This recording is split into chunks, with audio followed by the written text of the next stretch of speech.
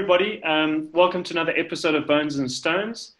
Today we are joined by Itumeleng Masiteng, who is a junior lecturer in Heritage Studies in the School of Humanities at Sol Plaatje University. Hi, Itumeleng. Thanks very much for joining us today. And we thought we'd bring Itumeleng on to maybe talk a little bit about your journey in archaeology.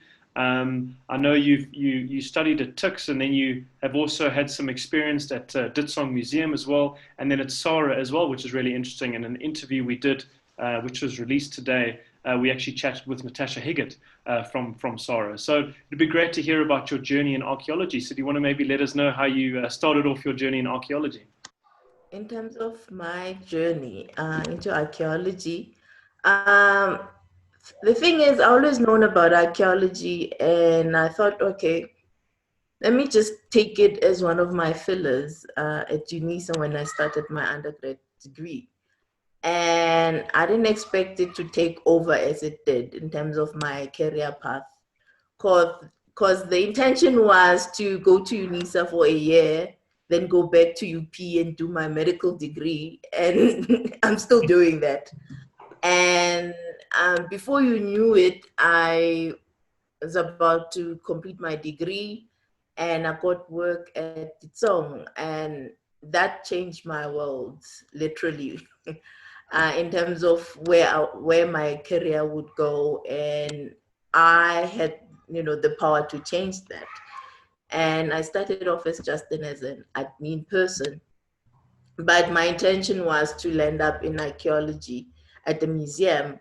And I was fortunate when I was there. I worked with Dr. Johnny van Schalkwyk, Anton Pelser, Frank Kaif, and I learned a lot because what you learn as a student at university doesn't really prepare you for the professional side of things of being an archaeologist.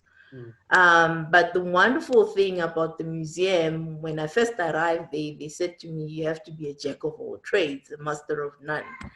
And that has stuck with me for all throughout these years, and in terms of where I am today. And the wonderful thing about museums, they open you up into, this huge, vast heritage landscape. There's so many fascinating things besides archaeology that I got to learn. I was there for almost 11 years, and so far, in terms of my growth, it happened there at Ditsong. And I'm grateful for that experience because it changed everything in terms of how I viewed archaeology and how archaeology can be a change agent in terms of how you bring people closer together, and also, changing that narrative of our history with archaeology, where it comes from and where it is right now. So that's it. That's the long and short of it. Jeez, no, but that's amazing. Yeah, I mean, it sounded like you really had a great experience at Ditsong. What was your actual role as an individual at Ditsong? Were you a researcher, or what was your kind of? You say you started off with an admin-related role. Well, I was like an admin person for like 2 to 3 years. Then I moved to archaeology as a curator stroke researcher. But the thing is, within that department itself, when it came to exhibitions, we basically started exhibitions from scratch with ideas, concepts, and also the layout of the exhibition. We chose objects, and also we were in charge of educational programs. So it was far more involved than just being a normal curator. So that quickly expanded my repertoire in terms of what else that I can do, besides writing articles. And that's where my writing started, also in terms of academic research and, connecting the dots. Because sometimes as a student, you go to site, you excavate, and that's the end of it. You don't get to see the other side in terms of the objects need to be analyzed and need to be interpreted and put them into context. And also, you have to learn how to look after those objects, the management and the conservation side of things. So it was more involved than I thought it would be. And that was the fun for me, which I enjoyed. Yeah. I can imagine. Yeah, geez. So working in a museum environment is really, really great. We've also recently had a chat with Gilrain Lau, who's based at the Peter Marisburg Museum as well. The Natal Museum, sorry, Peter Marisburg Museum. I always get the, Yes, the name that's wrong. correct. Peter Marisburg. Yes. Yeah. So, and that was great. And we really enjoyed that chat with her as well. And just, having spent a little bit of time at the Wits Origins Museum as well, it really is a great environment. And as you say, you have to be a kind of jack of all trades, especially when it comes to understanding heritage as well, in terms of understanding all aspects of it. But I'm just going to hand over to Tim. Sorry, he's been waiting to ask you a question. I've been hogging the chat here. Thanks for that, Itumeleng. It's really interesting. Well, actually, I think my question probably brings us on or moves us into the next sort of part of the discussion quite nicely, I hope. But that all that experience you gained at the museum, has that played a big role in how you present or how you lecture to students now in the heritage field? Yes, it has played a major role because, for example, in terms of my academic career or my academia or as a student, at UNISA it was more correspondence. Then at UP you had a few contact sessions, but that has also helped me to teach the way I wanted to be taught. Because I feel like there's often a disconnect between lecturers and students, that great divide. What often people refer to it as the academic tower. But I think one of the reasons that I was hired at Sol Plaatje is because I had the practical experience. And they wanted somebody who can merge theory and practice. Yeah. So hence, being in the field, working for the museum and working for SARA, at least they knew where they stood when it came to, heritage management resources. So that has helped a lot, because I cannot just talk about, passive conservation without actually knowing what it is, because I've experienced it, I've done it.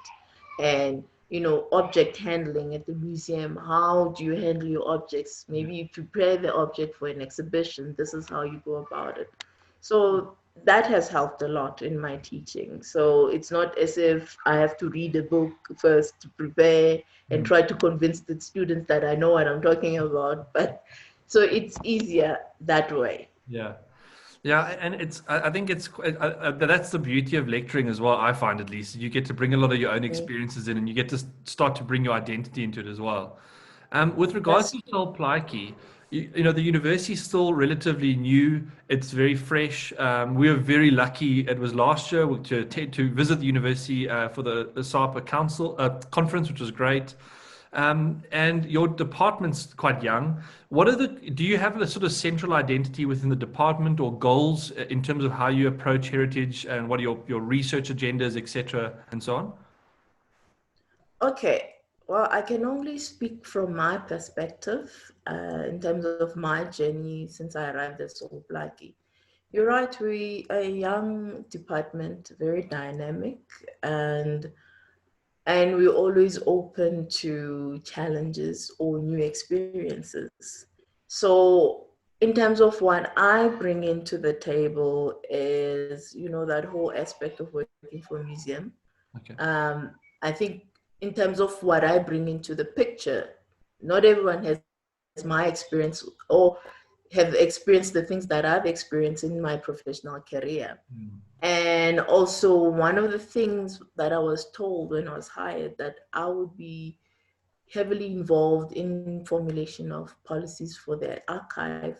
And also the plan is to have a museum within our department for heritage studies. Hence, in the future, that's where my focus will be. But currently, recently I worked on looking at curation and repatriation of human remains, which are still in museums. So that's a topic that's close to my heart when it comes to that. And also how museums are still in limbo with the remains that they have in their storerooms, because they don't have provenance for those remains. And there's no concrete plan in terms of how to move forward with those remains. It's like they're sort of stuck, because half the time, because of no provenance being there, they don't know where to repatriate the remains to. Okay. And I cannot advocate for a mass burial or anything like that. But I think it's something that, the Department of Arts and Culture and Sports needs to come to the table and assist museums with some sort of a plan and how to move forward with human remains that are in their storerooms, and what else that can be done, because at the end of the day, it's a controversial issue that still, which sometimes can be a bit murky. It's the one from the song, in terms of how the remains got to the museums and who, incorporated them in terms of the collection or the overall collection of the archaeology section, and also the history of it in terms of how they evolved from being specimens under the Paleosciences collection, and now they're part of the archaeology collection, and who were the curators over the years. So that's more my line of work. I think maybe it's I think for the past couple of years, I can say I see dead people. Reason I'm saying that, when I worked at Sarah, I was in charge of issuing, exhumation permits, worked for the burial grounds and graves. Yeah. So the cemetery was more like my home than anything, because every 5 minutes I would be in the cemetery running around, measuring tombstones and investigating, disruptions or anything like that. So dead people have been around me for quite some time. And I don't think that label is going to leave me anytime soon, because anytime people have inquiries about human remains, I still get contacts to find out, how do we do it? We just found human remains in our backyard. What must we do? So, yeah. By default, I'm still... The possible title here of the episode is "I See Dead People." I See Dead People. Yeah, I think that's a great title. Yeah.